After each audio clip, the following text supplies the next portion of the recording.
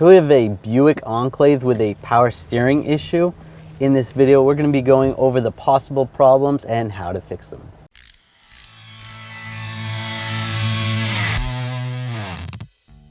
So when I'm not moving at all, it's extremely hard to turn the wheel back and forth. And you can actually hear the whining of the pump itself.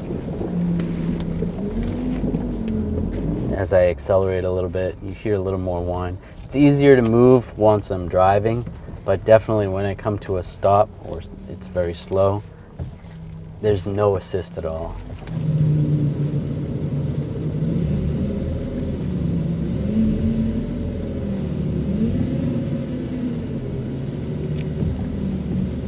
The first thing I want to do is check the power steering fluid level. The cover right here is going to cover up where the fluid is. Just take this filler cap off, pull this cover off, and that's where the reservoir is. Just wipe the reservoir off if there's any dust on there. Take a rag and just check. I'm going to wipe the dipstick first and double check it.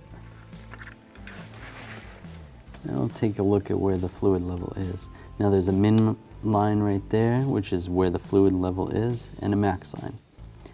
Now the fact that the fluid's right at the min line doesn't really concern me, that the fact that there's a major leak. You still want to check for leaks because you don't know who topped off the fluid last. Someone could have topped it off last week and it's already gone down to the min line. So after this, check for leaks. If it was way down, you know there's a leak and you've got to find where that's leaking from. If it was a little high, it's still a good idea to check for leaks. So not only the level of the fluid, but the condition of the fluid. So you want to see if there's any bubbles in the fluid or if it's aerated or milky at all, then there could be something wrong with the system, whether there's air getting into the system or there wasn't enough fluid and it's causing it to foam up. So while we're still above the vehicle and with the hood open, you can just take a quick look, see if any of the lines that come off the reservoir are wet. I don't see anything right there. There's a power steering line right here. That doesn't look wet.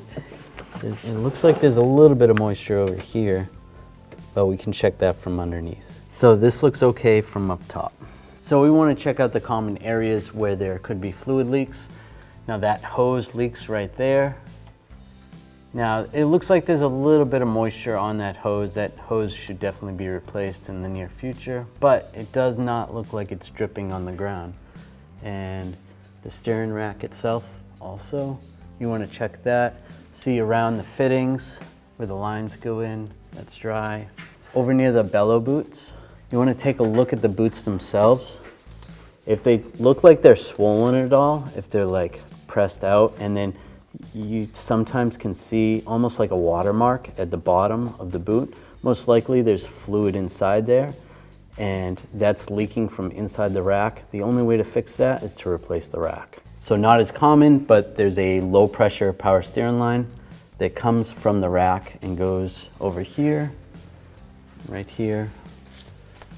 Now there's no fluid leaking out of there. And then it goes up front to a cooler that's in front of the radiator. And I don't see any fluid in this area. And I can see the two hoses right there. And that looks good. And then it goes up to the reservoir. And now we'll look at the power steering pump. And as you can see, there is fluid actually coming out of the pump. So in our case, we're gonna have to replace that pump. But if you hadn't found any fluid and you were still having an issue, most likely the problem is going to be in the pump. Another thing you want to think about is the tension on the belt.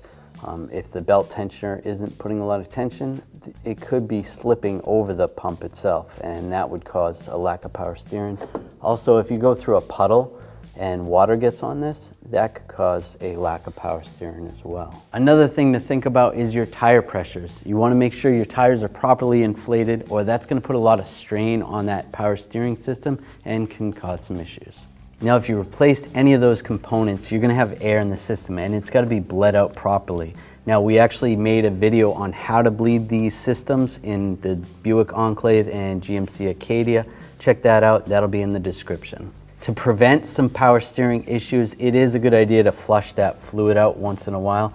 You don't need to do it all the time, and it's probably not going to fix a problem if you're already at that point. So for this enclave, we're going to end up putting a power steering pump in and flushing all that dirty fluid out, and that should fix our problem. If you enjoyed this video, make sure you subscribe to our channel, ring the bell so you don't miss any of our videos.